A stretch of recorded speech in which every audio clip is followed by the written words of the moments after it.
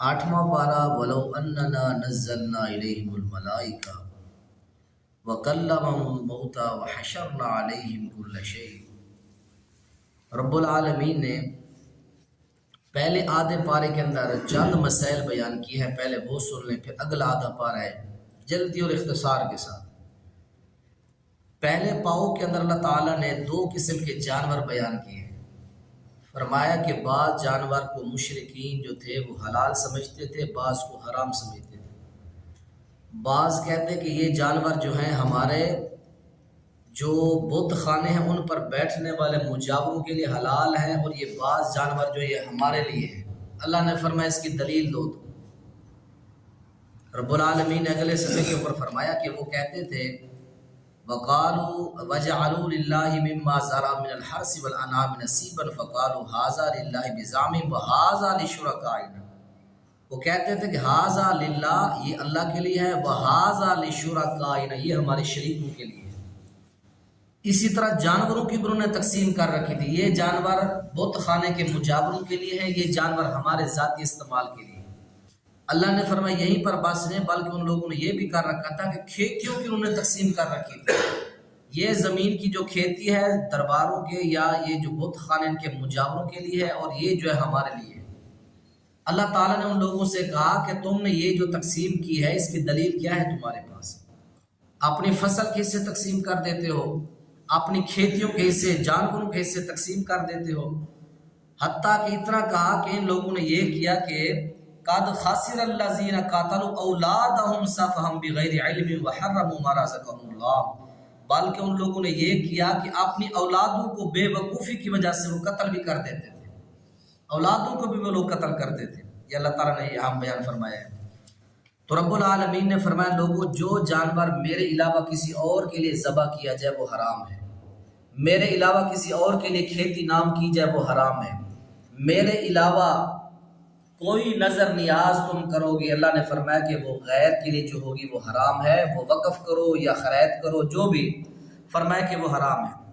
اسی طرح فرمایا کہ آیت نمبر 137 کے اندر لوگوں اولادوں کو غیر اللہ کے لیے قتل نہ کرو، قتل بھی کرتے تھے، اور دوسرے نمبر پر اپنے بت خانوں کے ناموں پر اولادوں کو وقف بھی کر دیتے تھے۔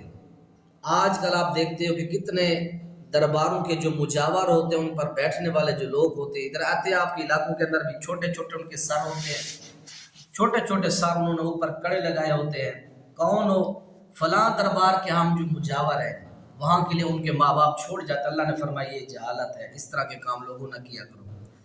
اس کے بعد اللہ تعالیٰ نے فرمایا کہ جانور کا گوشت تم خود بھی کھا سکتے ہو، اللہ کے لیے بھی دے سکتے ہو، جو جانور تم غیر کے نام کرو گے فرمایا لوگوں وہ حرام ہے، آیت نمبر 139 کے اندر فرمایا۔ اس کے بعد فرمایا کہ لوگوں کھیتی یہ اللہ کا حق ہے اور انسانوں کا حق ہے، اس کے لیے کسی کا حق نہیں ہے۔ اور اس کے بعد رب العالمین نے 8 قسم کے جانور بیان کیے، فرمایا کہ لوگوں چاہے وہ گائے ہو، بھینس ہو، بکری ہو یا اونٹ ہو، یہ 8 قسم کے جو نر مادہ جانور ہیں، بھیڑ، بکری، اونٹ، گائے، فرمایا کہ یہ تم خود بھی کھا سکتے ہو، کسی کو صدقہ خیرات بھی کر سکتے ہو، لیکن میرے علاوہ کسی مجاور کے لیے یا کسی بت خانے آستانے کے لیے تم خاص نہیں کر سکتے۔ اللہ نے 8 جانور یہاں گنوا دیے کہ ثمانیۃ ازواج من الضأن اثنین ومن البقر اثنین، فرمایا کہ لوگوں یہ سارے جانور جو ہیں اللہ کی طرف سے ہیں، یہ سارے حلال ہیں، خود کھا سکتے ہو۔ اس کے بعد اللہ تعالیٰ نے یہودیوں کو یہاں ایک سزا دی ہے، یہودیوں کے اوپر اللہ تعالیٰ نے ناخن والے جانور حرام کر دیے، جس طرح خرگوش ہے، اونٹ ہے، شتر مرغ ہے، یہ بھی اللہ نے یہودیوں پر حرام کر دیا۔ اس کے ساتھ جتنے چربی والے جانور تھے اللہ نے سارے یہودیوں کے اوپر اللہ نے حرام کر دیے۔ یہودی آج بھی ناخن والے جانوروں کے گوشت نہیں کھا سکتے، آج یہودی جو چربی والے جانور ہیں ان کی چربی جسموں سے نکلتے وہ بھی استعمال نہیں کر سکتے، اللہ نے ان کے اوپر مکمل طور پر حرام کر دی ہے۔ اس کے بعد اللہ تعالیٰ نے 8ویں پارے کے پہلے آدھے سپارے کے اندر فرمایا کہ لوگوں ایک دوسرے کو شرک نہیں کرنا، والدین پر احسان کرنا ہے، والدین کی نافرمانی نہیں کرنی، اولاد کو قتل نہیں کرنا، بے حیائی کے تم نے قریب نہیں جانا، کسی حلال جان کو تم نے قتل نہیں کرنا، یتیم کا مال نہیں کھانا، ناپ تول کے اندر کمی نہیں کرنی، ناپ تول کے اندر تم کمی کوتاہی کرو گے تو اللہ تعالیٰ تمہیں سزا دے گا۔ اور اس کے بعد فرمایا کہ ہمیشہ انصاف کرو، جو لوگوں سے وعدے کرو آپس کے اندر وعدے نبھاؤ، اور اس کے بعد آخر میں فرمایا کہ اللہ کے علاوہ اللہ نے جو تمہارا دین اسلام پسند کیا ہے اس کے علاوہ کوئی اور دین تلاش کرو گے تو تم راہ راست سے دور ہو جاؤ گے۔ اور اس کے بعد پھر آخر میں فرمایا کہ مومنوں کی ہر نیکی کا اجر کم سے کم 10 گنا اللہ لکھتا ہے، اور رمضان کے اندر 10 سے لے کر 700 گنا تک اللہ نیکی کا اجر لکھ دیتا ہے۔ اور گناہ جو ہوتا ہے فرمایا اس کو ایک لکھا جاتا ہے، گناہ کرو گے تو پھر لکھا جائے گا، گناہ کی نیت کر لو پھر بھی نہیں لکھا جائے گا، لیکن نیکی کی شان یہ ہے کہ اس کی صرف نیت کر لو تمہارا ثواب لکھا جائے گا، اور پھر فرمایا کہ اس کو کر لو پھر اس کو اجر بھی مل جائے گا، لیکن گناہ کی نیت کر لو جب تک کرو گے نہیں فرمایا وہ نہیں لکھا جائے گا۔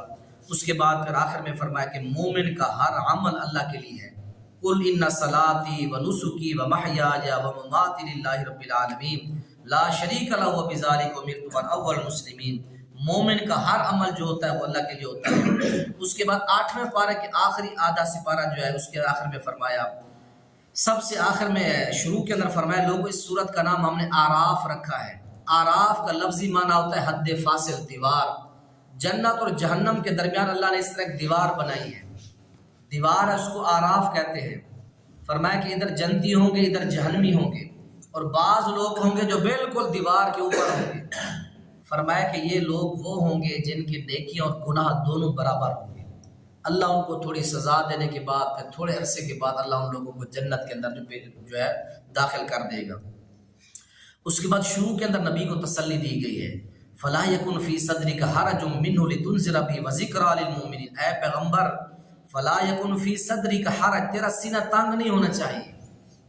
تیرے سامنے لوگ یہودی بن رہے ہیں، عیسائی بنتے ہیں، تیری دعوت نہیں مانتے، تجھے تکلیف دیتے ہیں، تجھے جادوگر، کاہن، بڑے بڑے غلط قسم کے القابات تیرے لیے بولتے ہیں، تجھے جادوگر کہتے ہیں، تجھے کس طرح تیری گستاخیاں کرتے ہیں، تیری بات ٹھکراتے ہیں، تجھے کہتے ہیں ہماری مجلس میں نہ آیا کر۔ تو پیغمبر تو نے اپنے سینے کو تنگ نہیں کرنا، تو نے تسلی کے ساتھ اپنی دعوت پہنچانی ہے، تیرا کام پہنچانا ہے، منوانا تیرا کام نہیں ہے۔ اللہ کے رسول علیہ السلام کو تسلی دی گئی۔ اس کے بعد پھر اللہ نے یہ فرمایا کہ والوزن یومئذ الحق، لوگوں قیامت کے دن اللہ نے ترازو لگانا ہے، میزان لگانا ہے، تمہارے اعمال تولے جائیں گے۔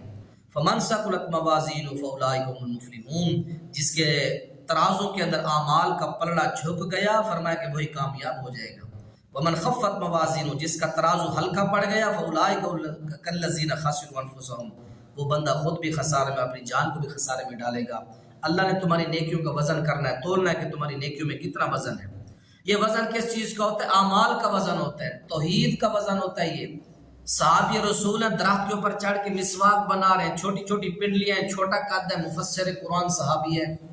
صحابہ نے چھوٹی چھوٹی ٹانگیں دیکھ کر ہنسنے لگے، آپ نے فرمایا کیوں ہنستے ہو؟ فرمایا چھوٹا جسم دیکھ کر، چھوٹی چھوٹی پنڈلیاں ہیں باریک دیکھ کر۔ تو آپ نے فرمایا کہ میں قسم اٹھا کے کہتا ہوں کہ اس کی دونوں پنڈلیاں ترازو کے ایک پلڑے میں رکھ دی جائیں، دوسرے کے اندر احد پہاڑ رکھ دیا جائے، لہما اسقل فی المیزان، اللہ کی قسم اس کی ٹانگوں کا وزن احد پہاڑ سے بھی زیادہ ہو جائے گا۔ یہ صرف وزن اعمال کا ہوتا ہے، جان جسم کا نہیں ہوتا، نیکیوں کا وزن ہوتا ہے۔ اس کے بعد اللہ نے فرمایا کہ میں نے آدم علیہ السلام کو جب پیدا کیا میں نے کہا فاسجدوا، اے فرشتوں سجدہ کرو الا ابلیس، سب نے سجدہ کیا، اس مردود نے سجدہ نہ کیا۔ اس نے الٹا کہا کہ اللہ میں تیری انسانیت کو گمراہ کروں گا۔ اپنی شان بیان کرتا ہے، خلقتنی من نار وخلقتہ من طین، اللہ تو نے مجھے آگ سے پیدا کیا، اس کو مٹی سے پیدا کیا۔ آگ کا درجہ زیادہ ہوتا ہے، مٹی کا درجہ کم ہوتا ہے، میں اونچی شان والا اس مٹی والے کو سجدہ کروں؟ میں سجدہ نہیں کر سکتا۔ اللہ نے فرمایا فاذهب، نکل جا میری جنت سے۔ تو اللہ تعالیٰ کس نے نافرمانی کی؟ اللہ نے فرمایا نکل جا میری جنت سے۔ اس کے بعد اللہ نے کہا کہ اے ابن آدم بچ کے رہنا، اس ظالم نے تم پر وار کرنا ہے۔ جس طرح میں نے کل جمعے کے اندر بھی سنائی حدیث پاک کہ اس نے اللہ سے کہا اللہ مجھے تیری ذات کی قسم، جب تک تیرے بندوں کے جسموں میں روح ہے میں ضرور ان کو گمراہ کرتا رہوں گا۔ اللہ نے وہی بات قرآن کے اندر بھی کی ہے۔ اس نے کہا کہ اللہ میں ضرور ان کو گمراہ کروں گا، ان کے آگے بھی آؤں گا، آگے پیچھے دائیں بائیں چاروں سمتوں سے آؤں گا، اس کی کوئی سمت خالی نہیں چھوڑوں گا۔ ثم لآتینہم من بین ایدیہم ومن خلفہم وعن ایمانہم وعن شمائلہم، یہ 4 سمتیں ہوتی ہیں انسان، آگے پیچھے آ کر اللہ ان کو گمراہ کروں گا۔ اللہ نے فرمایا جا جو کر سکتا ہے کر لے، تیری اور ان کی جزا جہنم ہوگی جو تیری مانیں گے۔ اس کے بعد اللہ تعالیٰ نے آخر میں پھر فرمایا اے لوگوں، لباس انسان کا امتیاز ہوتا ہے، اور شیطان تمہاری اس امتیاز کو چھیننا چاہتا ہے۔ اس لیے فرمایا کہ لوگوں اپنے لباس کا خیال کرو، وَلِبَاسُ التَّقْوَىٰ، تمہارا لباس تقویٰ ہونا چاہیے، تمہارا لباس تقویٰ۔ شیطان تمہارا لباس چھین کر تمہیں بھی ننگا کرنا چاہتا ہے، جس طرح ظالم نے تمہارے ماں باپ کو جنت سے نکلوایا۔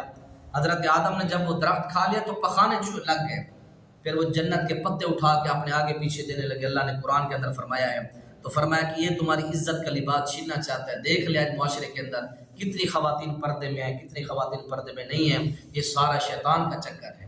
پردے کتنا کلوز ہوتے جا رہے ہیں، کپڑے سکڑتے جا رہے ہیں، ایسا ایسا عریانی اور بے حیائی ہماری بچیوں میں بہنوں میں زیادہ آ رہی ہے، تو شیطان یہ لباس چھین رہا ہے ہماری بہنوں سے۔ تو اللہ تعالیٰ پردے کے اہتمام کی توفیق دے۔ اس کے بعد فرمایا یا بنی آدم خذوا زینتکم عند کل مسجد، اے لوگوں جب مساجد کے اندر آؤ تو خوبصورت کپڑے پہن کے آیا کرو، خوشبو لگا کے زیب و زینت اختیار کر کے آیا کرو، اچھے بن کے اللہ کے گھر میں آیا کرو، اللہ کے مہمان ہو، وہ تمہارا میزبان ہے۔ اس کے بعد اللہ نے فرمایا کہ یہاں آخر کے اندر 8ویں پارے کے آخر میں اللہ تعالیٰ نے 3 قوموں کا تذکرہ کیا ہے، قوم عاد، قوم سمود، قوم مدین۔ رب العالمین نے فرمایا کہ ان تینوں قوموں نے میرے رسولوں کو بھی جھٹلایا، مجھے بھی جھٹلایا۔ قوم عاد کا تذکرہ آخر میں 26ویں پارے کی پہلی سورت احقاف، اس کے اندر ڈیٹیل کے ساتھ ان کا تذکرہ ہے۔ ان کا یہ تکبر تھا کہ فَأَمَّا عَادٌ فَاسْتَكْبَرُوا فِي الْأَرْضِ بِغَيْرِ الْحَقِّ وَقَالُوا مَنْ أَشَدُّ مِنَّا قُوَّةً، قوم عاد نے کہا ہم سے پاورفل کوئی ہے ہی نہیں۔ اللہ نے پھر کہا کہ اَوَلَمْ يَرَوْا أَنَّ اللَّهَ الَّذِي خَلَقَهُمْ هُوَ أَشَدُّ مِنْهُمْ قُوَّةً، جس نے تمہیں پیدا کیا اس سے بھی بڑے طاقتور ہو تم۔ اللہ نے پھر کیا کیا ان کو؟ 7 دن 8 راتیں مسلسل اللہ نے ان کے اوپر آندھی کا عذاب بھیجا۔ نیچے سے وہ آندھی جو ہوا آتی تھی پتھر اٹھا اٹھا کے ان کے دماغ پر مارتی، کانم اعجاز نخل خاویہ، بڑے بڑے کھجوروں سے بڑے قد تھے، فرمایا ایسے گرے پڑے تھے جیسے کوئی کھجور کے جو ہے درخت پڑے۔ اللہ نے تباہ کیا، آگے ان کا تذکرہ آ رہا ہے۔ قوم سمود کا تذکرہ 12ویں پارے میں تفصیل سے آ رہا ہے۔ اللہ نے اس قوم کے اوپر زلزلہ بھیجا، پوری قوم کے دل پھٹ گئے، اللہ نے پرندوں کی طرح مار دیا۔ قوم شعیب کا جو ظلم جو تھا، گناہ قوم مدین کا، یہ ناپ تول میں کمی کرتے تھے، لیتے پورا پورا تھے، جب دینے کا ٹائم آتا تو وہ جو ہے بے ایمانی کرتے تھے۔ اللہ نے فرمایا قوم شعیب کا یہ قصور تھا، وہ ناپ تول میں کمی کرتے تھے۔ تو 8ویں پارے کے اندر ان 3 قوموں کا تذکرہ کیا ہے، اور ان کا تذکرہ آگے پھر قرآن پاک کے اندر 12ویں پارے کے اندر بھی آ رہا ہے، اسی طرح قرآن کے اندر آئے گا۔ اللہ سے دعا اللہ تعالی ہمیں قوم عاد، قوم سمود، قوم مدین کے جو جرائم تھے اللہ ان سب کو محفوظ فرمائے۔ اللہ عمل کی توفیق